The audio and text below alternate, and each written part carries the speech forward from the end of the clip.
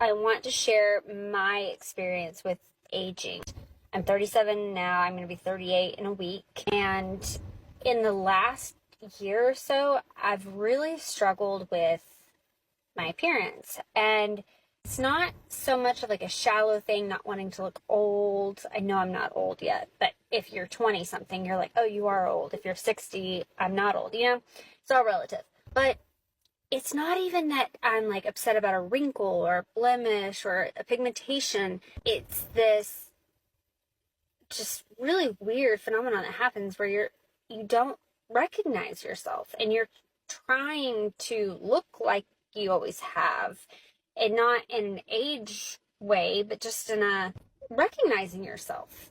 And so I'll do my eyebrows and I'm like, well, that didn't do it. Okay, maybe I just need more concealer. And then that doesn't do it. And then you realize you've lost volume in your face, and I now have these like really deep, they're just hollow, right?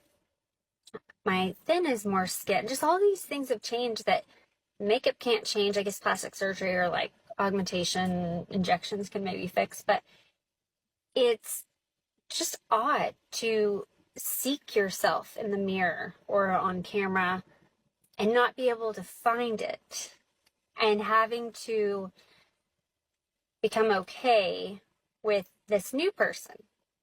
And I don't know. I think women will understand. Like, you know what you would look like with mascara versus not. You know what you look like with a face of makeup versus not.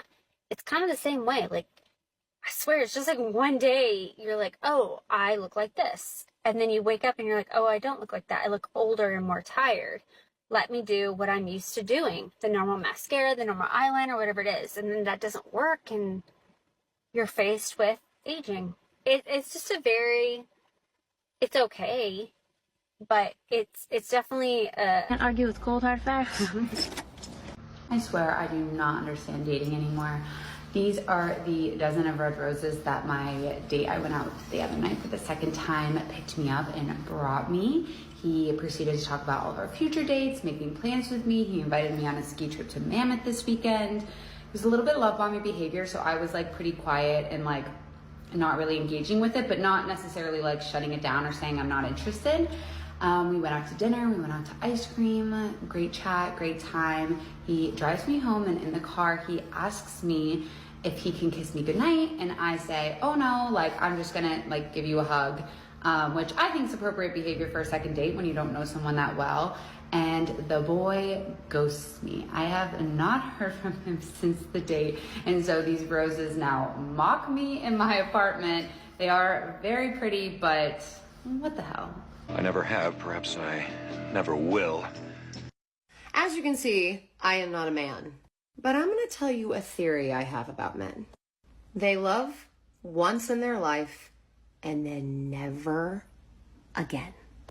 As long as they live, they will never get over that first time that they fell in love and got hurt. Are they capable of falling in love with someone else? Yes. But they're not the same. That first love chipped away all of the good parts of them. Women are not like this. We're like, I am ready to be hurt again. It's like we have amnesia when we meet someone we really like again, which is both a good and a bad thing. We can give each new person a clean slate as long as we've, gone through the mourning period and healed from that past love. Men don't really go through a mourning period. They just bury it down or try to fuck it out of their system, neither of which work very well. So if you fall in love with a man who has been in love before, you get a broken man. He's guarded, he's resistant, he gets triggered easily. I think after they get hurt once, they feel so duped. Men are so resistant to vulnerability, so they go into relationships kicking and screaming as it is. And then them getting hurt is their confirmation bias that they never should have done it in the first place. They're like, nope, never again. There's really no solution to this. Men, please get more therapy. But I don't even know if that... Feminism was supposed to give women more rights and opportunities than ever before. But here's the twist. Women in the US are way more unhappy now compared to the 70s. It's a major issue for feminism because they believed that complete liberation would make women's lives so much better. So, who's at fault here? Is it feminism's fault, the patriarchy's fault, or is there something else going on? If you double the labor pool, over time you end up halving the wages. It goes from women not being able to work, to women having the choice to work, to women feeling like they must work. If a woman is a mother and has a job, she has to do everything, even if she outsources part of that job to immigrant women. Why does she have to do everything? Because women generally prefer to marry or date men who are more successful than them. That's a problem for women, because there are fewer successful men relative to the increased success of women.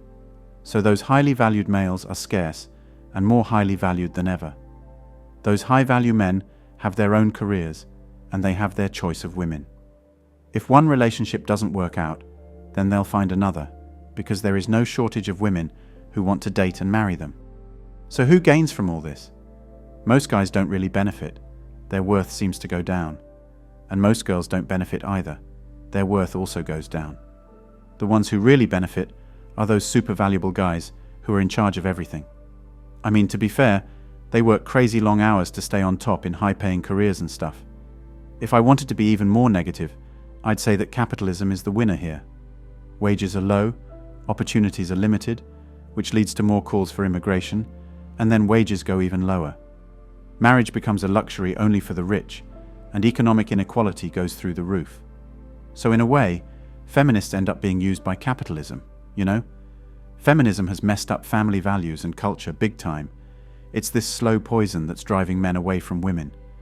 At first they were all about equality, which made sense, but now things are pretty equal. Actually, women get more perks just for being women. So, I'm not sure what feminists want anymore.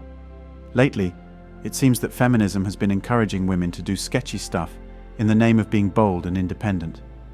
And it's also turning guys into these desperate simps. Plus, there's this whole man-hating vibe going on.